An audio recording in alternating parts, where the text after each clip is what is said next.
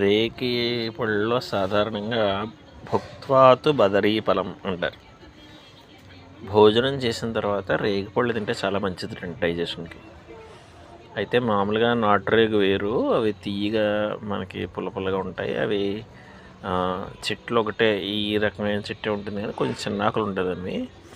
Plus పళ్ళు కూడా గుండ్రంగా ఉండి యాపిల్ పళ్ళు చిన్నగా ఉంటాయి, ఇలా ఉంటాయి, ఇలా ఉంటాయి.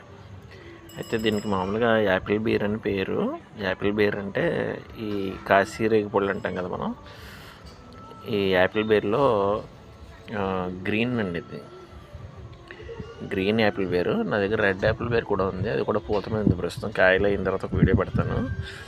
కానీ అసలు నాకు చాలా ఆశ్చర్యం ఏంటంటే ఈ మెయిల్ ఫీమేల్ ఫ్లవర్స్ విషయంలో తేడా తెలియలేదు నాకు.